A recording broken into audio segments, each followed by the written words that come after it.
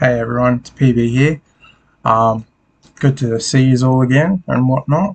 I know I haven't done a video for quite a while, but trying to get back into it and whatnot. So this video in particular is going to be revolving around communication. A lot of people nowadays don't really know good ways to communicate and stuff. So I'll looking at doing a series of videos and all that, all revolving around communication. This one in particular, we'll get into the basics of it and then go from there. So, yeah. So, the first thing, which is just a basic introduction to language and communication skills and understanding, you know, you ask the question, why is it important to learn proper and appropriate communication? Um, Being able to communicate with others, it's an essential thing. It makes for people to be able to work well and work better together, to empathize with others and their situation.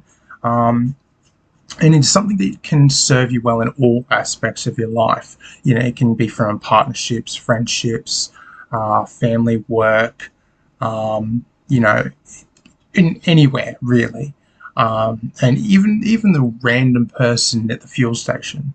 It's something that serves you well in everywhere, and whatnot. So it is something to really think about and be aware of, because being you know being able to communicate really well with people, it is very important. As I said, it serves every aspect of your life. Um, the thing is, though, when it comes to understanding the difficulty of communication, it's something that can take time to learn. Now, with communication, you've got to take into account things like body language, environmental factors, because certain environments can change the way people behave, sociological factors, so the kind of people that you're around. You've noticed that sometimes people act differently around other people. That's something to keep in mind and be aware of. Um, as well as tones of voice, what words you use, how you use those words, like what context you're using them in. And so you've got all these different factors to keep in mind. And even when you're doing things like using technology, that's something that can affect the way you communicate as well. Because when I'll go into this a bit further in some of my other videos, but when you look into talking to people through emails or text messages, for example, you've only got to go on based on what words they're saying and whatnot. I mean, sometimes you can see how they're saying, in the sense that sometimes when people are either angry or trying to emphasize something, they'll use all capital letters. It does depend on the person, because sometimes not everybody does that. Grammar is something that can be something to keep in mind as well, because not everyone is good at using grammar and all that, which is fair enough. And so those are the kind of things you've got to keep in mind. You're only going off by words. You can't see a person's body language or on a general rule, you can't really see the tone of voice that they use or anything. So it is something that can become very difficult to sort of keep in mind and learn. But as I go through these videos and that, you'll sort of see that there are certain things that you can look into and look out for, which can be very helpful. So excuse me. So learning good communication, it is something that's going to take time, and some people will find it easier to grasp than other people, and that's nothing wrong with that at all. It's just something that will take time to do. So the first main thing that we'll, sort of go into is body language. So so the first one is if you're looking at somebody who's got their arms crossed, like this, you know, generally that could mean that they're defensive or that their guard is up. Sometimes they could be impatient, or they could just be feeling cold. Um, again, it depends on the other aspects like their environment and sociological factors as well. Sometimes, which I've done this before, sometimes you can get people doing this. So they've got like one arm sort of crossed and the other one, yeah. I mean, that can sometimes be classed as maybe defensive or even just thinking. I mean, for me, that's generally I'm thinking. Um, but again, you've got to take into account of other things as well, you know, and then you kind of connect them all like dot points in a sense, and that can give you a better idea of the situation. If someone's got their arms open, and they're sort of talking, got their arms open like that, or even just by their sides and that, sometimes that, and probably more open like this, that can usually show vulnerability, that they're open, that they're showing their vulnerable part, and, that they're trusting, or again, maybe they're just feeling hot. If you've got someone who's got their arms by their sides and just stand there, sometimes that can be a bit of nervousness. Again, or even they're just comfortable that way. Again, that's just that's where you've got to add in the other sides of things, it's environmental and et cetera, et cetera. So it is, things like that you do need to consider, but they're sort of the general rules. So or general things that you would look into. Things like smiling as well, this is something that a lot of people do get a bit of an idea of, if someone's smiling, if they're gritting their teeth, if they're laughing, obviously, because that can show potential emotion.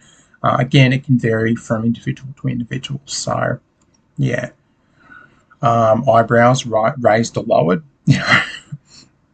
If someone's smiling, sometimes their eyebrows can be raised and stuff like that, or whatever, because that can help in assisting or determine a person's emotion. So like when a person's eyebrows are raised, they could be happy or laughing. Sometimes they can be even confused or shocked. Depends on where the rest of their facial expression is as well. How their mouth sits and stuff like that, where their eyes are wide open, or and so you've got to add things like that into account as well. But a lot of people generally have a bit of an idea of that. Again, eyebrows lowered, same kind of thing in the sense that, be sad, angry, frustrated, impatient. So, again, things just to keep in mind and whatnot. Posture is another thing. So a lot of people, in particular nowadays, are generally hunched over, and that's their relaxed state generally. But if someone's tensed, you'll notice they've stand up straight. Their back is straight. That can be a sign of aggression, frustration as well. But again, these are subject to change. It just depends on the person and other communication factors that are around that person too. I know sometimes I'll straighten my back just as a bit of a stretch because my back's sore from hunching over a bit. Then you go into things like if your hands are in fists or if they're open hands. Now again, that's can be a bit of an obvious one for people because if someone's hands are closed, generally they're tense or angry or frustrated, defensive. Whereas if someone's hands are open, they can be generally relaxed or open and trusting and vulnerable. And I say vulnerable because, again, if you think, I've seen this happen before, where if you get a pregnant woman who is, in a bit of a situation, sometimes they'll move their arms around their belly and all that, and that's a bit of a defensive state because naturally they're trying to protect themselves. Whereas if somebody's got their arms open and that, they're vulnerable. They're showing, you know, their chest and like where obviously the heart and lungs and everything that can hurt them, or whatnot is there, and so that's showing vulnerability.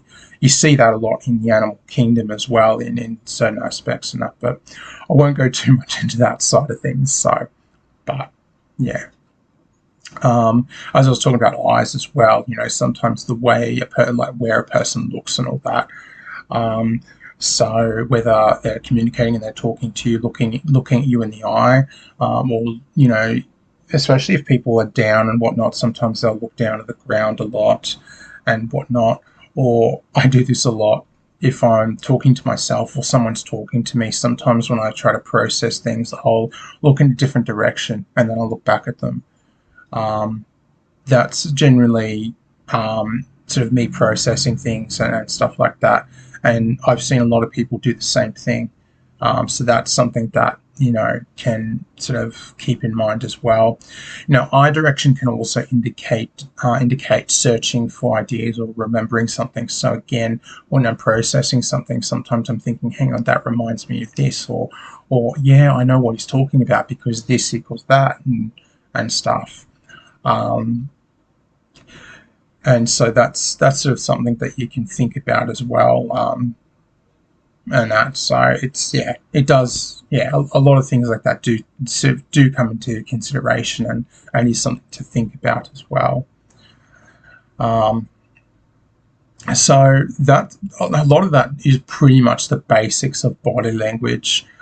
The next video that I'll be doing will be looking into the words and how we use different words, slang, and stuff like that. One thing I'll also mention before with eyes and all that is, depending on your culture, sometimes looking a person in the eye can actually be considered offensive. And so you'll find that in most different body languages as well, sometimes doing certain things can be considered offensive. So me moving my arms around and that can actually be considered offensive depending on the culture that you're in. So a person's culture is certainly something to keep in mind and consider as well.